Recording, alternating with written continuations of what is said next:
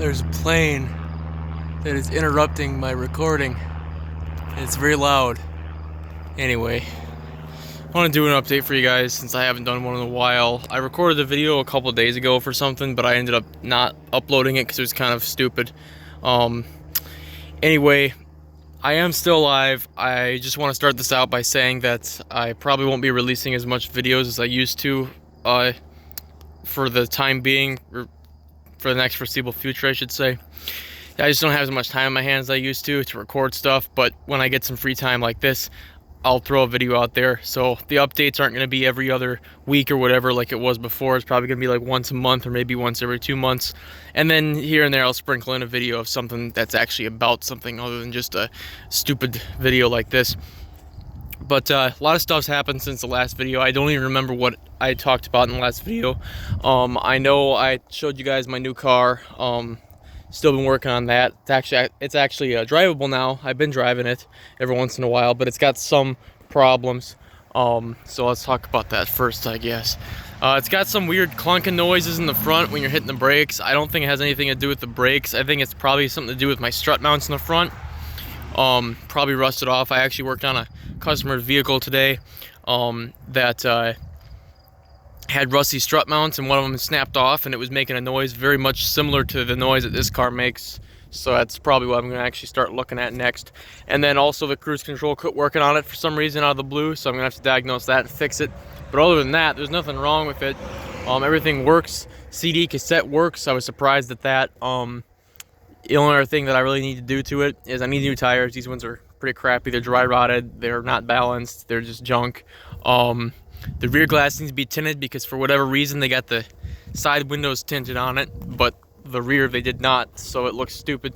I presume it's probably because the auto dimming rear view mirror probably doesn't work if the rear is tinted. That would be my guess, but I don't think so because I see plenty of newer cars that have auto dimming with tinted rear glass and they work just fine. So I think I'll probably tint it. And then other than that, that's really it. I've just been using it as a backup driver in case something happens to the olds, or I'm working on it, or in case something happens to this, I'll have this. It's a dual purpose vehicle. It can leave town and it can stay in town. It's not confined to one or the other like my other two cars are. Also, you'll notice the Citation is gone. I sold that a few weeks ago. Nobody on YouTube was interested. I got one person on my comments and that's it. So the guy from Utah or whatever that wanted it didn't get it. Sorry, buddy, I guess, but you snooze, you lose. I sold it for $1,300 to a couple of kids. The guy who bought it wanted a car that got better gas mileage than what he drove, and what he drove was a 1972 Lincoln Continental. So I guess the Citation is a lot better in the mileage department if that's what you're used to daily driving. So it's gone. It won't be on a video anymore. I kind of regret it, but not really. The only thing I really regret about it was that it had really good heat and the utilitarian factor of being able to flip the rear seats down and put stuff in the back. I like that. I will be getting a truck or an El Camino or a wagon or something at some point, but it's not really on the to-do list for the time being.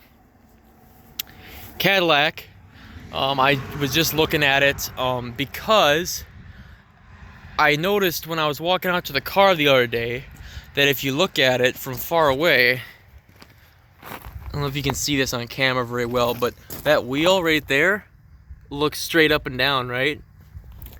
That wheel right there looks like it has some negative camber for some reason. And that makes me worried because there has always been this clunking noise on this car when I make a turn or hit a bump, or more so when I turn and hit a bump. And I'm a little worried that my upper control arm shims might be falling out or the bushings are shot or something. So I was actually going to check that real quick. I've got my level there and my light so I can do a little ghetto alignment check right here, but I haven't done it yet. What I did find out about the clunk, I want to show you guys this. This wasn't the point of this video, but it's stupid and I can't believe Cadillac did this. But the clunking that I'm hearing, see if I can make it do it with one hand here. You hear that? That clunking is nothing I can do about it. There's nothing wrong with the suspension, nothing wrong with the front end. That clunking is because these pieces here, these chrome pieces, which they're real metal. It's not plastic, surprisingly. But instead of being a rubber body filler or bumper filler like the old GMs are, it's a metal. But because this is a 5-mile-an-hour bumper, this has to be able to flex. So instead of this being fixed to the side of the car like the ones in the doors are, there's actually nothing behind this. It's on a spring. Look at this. That spring right there holds this on. So if I were to go like this, it moves. And that noise I'm hearing is because someone at some point sideswiped somebody with this car, and it pushed the bumper back just a tiny little bit, just enough that it's binding up right here. So when I go over a bump, this rubs on this, pulls it off, and then slams it back. And that's what the noise is when I hit a bump. It's that. I cannot believe Cadillac held the chrome body paneling on with a wimpy little throttle spring underneath it, hooked to a plastic piece of shit. I cannot believe that. This is a Cadillac. This is supposed to be a nice car, top of the line. And they got it held together with cheap aluminum springs and plastic paneling. I can't believe it. That's wild to me. But anyway, nothing else is new with the Cadillac. It's been running good, doing its job. Nothing wrong with it. So yeah, that's that. But look at this. The Mercury's back. I got it back from the body shop finally. It's been there for like 2 months, and they did a good job on one part. They didn't do the dent that I wanted them to do in the front on the other side, the dent that I put there because I'm stupid. They didn't do that dent, so I'll have to bring it back and have them do that. I'm gonna fix that one myself. I'm gonna redo the top, or I'm gonna take the top off and sand it off and prime it, and then I'm gonna take it somewhere to have it redone. I've actually got a consultation this Friday with somebody or a couple different people to see if they want to do it. That rust, that's gonna be done by me, as well as that little hail damage on the trunk and the hood. All that little stuff's gonna be stuff I do, but that big dent in the back was what I was having done. I'll show you here. This here is the one they didn't do, that I still need to get them to do, because I'm not going to be able to pull this. It's on that body line right there. It's not going to happen. Or it's going to look like shit if I do it. And I want this car to look like it just was rolled off the factory line. This is what they did. I told them specifically not to paint it because I was going to paint the whole car eventually. So I didn't want to spend the money on new paint. Plus it would be a waste of materials, and I would feel bad about painting the rest of the car because I have to scuff up their new paint. So it's black primer with sealer on it. They took the trim off. They actually fixed my fender skirt damage, which I did not think they were going to do because I didn't think they did fiberglass.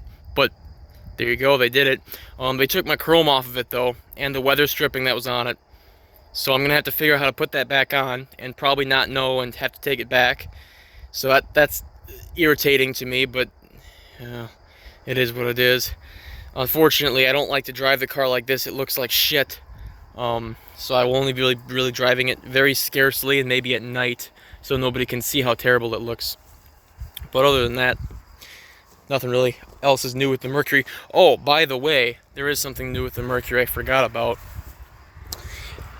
I was having issues with my, I don't know if I made videos on it or not. I might not have.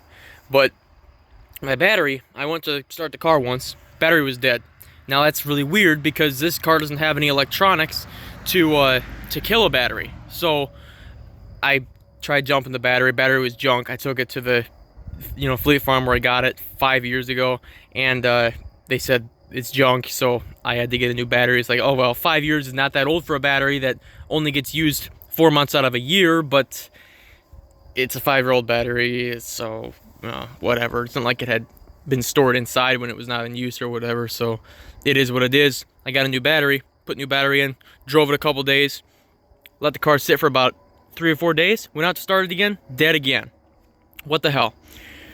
So tested the battery tested good. I jumped it, drove it just fine. I went to the grocery store or something, and I was in there for maybe an hour, came out, and the car was cranking over super slow, like the battery was dead again. And I was able to start it and drive away, but that shouldn't be happening to a car with a brand new battery and no electronics draining the battery.